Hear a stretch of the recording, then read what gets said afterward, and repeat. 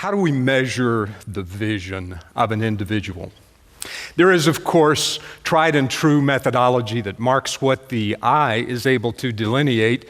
20/20 is the benchmark we reach for, right? And the tool is that familiar big E eye chart. But what happens when the measurement doesn't tell the whole story? Here's where we begin, because I have a little bit of experience with this one. When, as a child, it became time for me to have my first eye examination, my mom was taken aback when the only thing on that chart I could define was the big E. But the real shock came when, after lengthy testing, the doctor announced that there wasn't going to be any prescription. No glasses were available that could correct this problem. Translation: Mrs. Fletcher, I'm sorry, but your son is legally blind. We measure everything, and we start early with the length and the weight of a newborn, when she stands and walks and talks, all benchmarks upon which we begin to build conclusions about a life. But what if the benchmarks say, I don't know, the boy's way too small to ever play ball? Or, she's way too tall to try gymnastics, don't let her go there. Or, you fill in the blank with a benchmark or a label that has been limiting to you or someone you know. Or what if the benchmark says, I'm sorry, your son's blind? Well, thankfully, there is another brand of vision. We see it in great leaders and innovators. We've already seen it in this room today. It's the ability to see, it's that mind's eye that sees beyond the measurable, a vision of the heart that imagines what might be.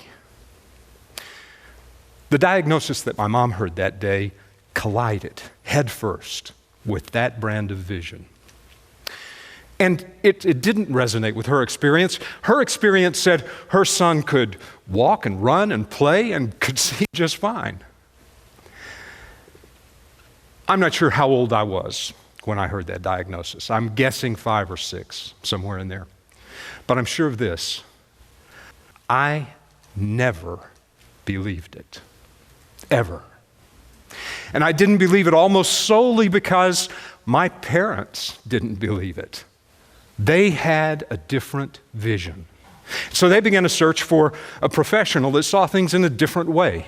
And we went from doctor to doctor to doctor, all administering the same tests, and always the result was the same. I could see the big E just fine, but that was it. Many of them began to suggest that to leave me in a normal, whatever the heck that is, situation could become dangerous. Some of that the smart thing to do would be to find a special school equipped to deal with the visually impaired. Some of them started to whisper that maybe the problem was really a psychological one, because none of the tests showed anything really wrong with the eyes. What became known more than a decade later is that my problem was not an eye problem at all. It is an optic nerve deficiency. My eyes are actually very healthy. The nerve doesn't do what it was designed to do. But back in those days, ancient history, I have been married 30 years after all, the test didn't much factor the optic nerve. And so even though the test was inadequate, the measure always, or the diagnosis always stood: blind.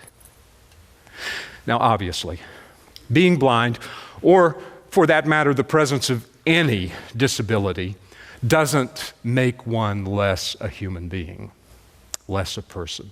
This is about the downside of turning constantly to metrics and measures and benchmarks for total direction. So my parents didn't believe the test told the whole story. So they left me right where I was. And Little League Baseball, in vernacular of the day, I sucked. But I played, right? Varsity basketball, I could do a little better there because the ball's bigger. The classroom, the band hall, bicycle trips, water skiing, these all became a part of my childhood. And I can't tell you how grateful I am today to have had parents who didn't allow benchmarks to define the boundaries of my life.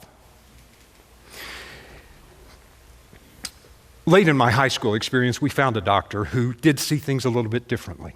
And after administering all the same tests, he sent me to the far end of a long hall. And from the other end, the opposite end of that hall, he turned and bounced a tennis ball in my direction. I'm not sure whether I saw the tennis ball or heard it, or which came first. But to his surprise, probably to mine too, I caught the ball. After doing that for several minutes, he approached with a different diagnosis. Mrs. Fletcher, I don't understand it, but Eric has learned a different way to see.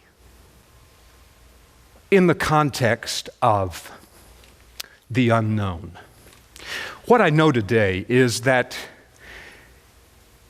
the way I see is largely defined by past experiences, by things I know and have experienced already. When I walk into a high-rise or down a busy street, if I've been there before, if there's a degree of familiarity, my past experiences give definition to what my eyes are able to take in, and I can see just fine. But if I venture into the unknown, when I move into a new space, I can feel the knot in my stomach almost instantly, and my inability to define any detail is accentuated. And I start to hear that voice. Blind? In that context of the unknown, it is so easy for us to rely on the tests and measures and benchmarks with which we are most familiar.